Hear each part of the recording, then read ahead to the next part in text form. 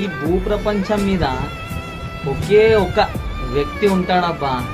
తను ఎంత గరీబుడైనా సరే తను చిప్పబట్టుకొని అడుక్కొని తిన్నా సరే తను కన్న పిల్లల్ని మాత్రం రారాజు లెక్క చూసుకోవాలనుకుంటాడు. ఎట్ ద సేమ్ టైం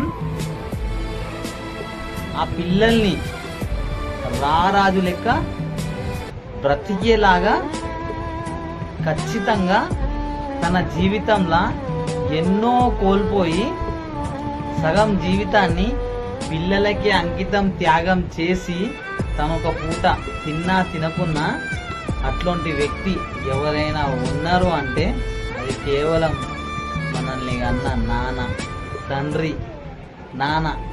నాన్న ప్రేమ వెలకట్టలేనిది పిల్లల పైన.